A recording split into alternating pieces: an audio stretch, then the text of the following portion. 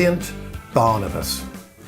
Hello, I'm Malcolm Cox and welcome to Tuesday Teaching Tips on the character of Barnabas. One of my favourite characters of the New Testament, perhaps the most neglected of all New Testament characters in terms of preaching and teaching. And why is Barnabas important for us as we think about our preaching and teaching here? Is because of what it says in Acts chapter 14 verse 1. At Iconium, Paul and Barnabas went as usual into the Jewish synagogue. There they spoke so effectively that a great number of Jews and Greeks believed. Jews and Greeks. Barnabas effective to people from different cultures and different religious backgrounds. Effective in Jerusalem and Cyprus and Antioch and various other places. An amazing character. And in a lot of these recordings I do, I focus on practical things and techniques for how to be a better speaker, and that's useful. But in this series, we're going to focus on character and spirituality and why that made him so effective as a preacher and teacher. Why does it say that in Acts chapter 14 that he spoke so effectively? Not just Paul, but Barnabas as well. What made him effective, and I think it's what made him so effective, was his character and his spirituality. We're going to look at that now as we take one episode each week to go through from Acts 4 to Acts 15 and a bit beyond. So join me as we explore brilliant Barnabas. We're leaving the book of Acts now to look at a couple of other things about Barnabas that I think are fascinating. First of all, in 1 Corinthians chapter 9, and let's pick it up in verse 6. This is Paul writing to the Corinthians. He says, "This is my defense to those who sit in judgment on me. Don't we have the right to food and drink? Don't we have the right to take a believing wife along with us, as do the other apostles and the Lord's brothers and Cephas? Or is it only I and Barnabas," so he mentions Barnabas here, "is it only I and Barnabas who lack the right to not work for a living?"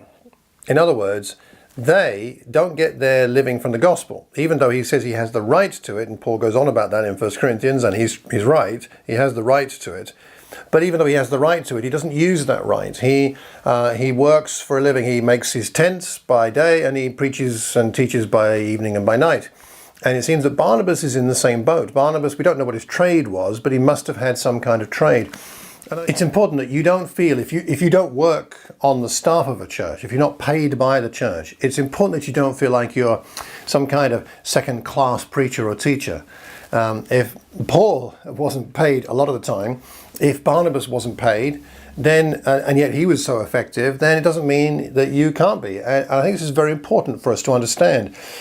Being someone who has a job in a company, in a firm, at a school, in a hospital, and also preaching and teaching the word, you can be just as effective in your preaching and teaching as anybody else, as someone who's paid to be on staff of a church. If Paul and Barnabas can do that, so can you. And I think that's very important. What you have to say depends, and the effectiveness of what you have to say depends on your conviction and your heart and character that's like Barnabas, much more than about who pays the bills or how you get the money to pay the bills. I'd like to know what you think about this. Does it affect you? If you're not on the staff of a church, does it affect your sense of how significant your preaching and teaching is? I hope it doesn't. But what do you do to manage that challenge if you feel that? I'd love to know.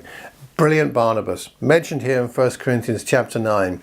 He had to work for a living, but he still preached with great effectiveness. So what do you think about today's passage, what we've learned today about Barnabas? I would love to know your thoughts. So please leave a message anywhere you hear or see this recording. Leave it publicly so that we can learn from each other, because we learn best when we learn in community. And if you know someone who would benefit from this recording, please pass it on to them.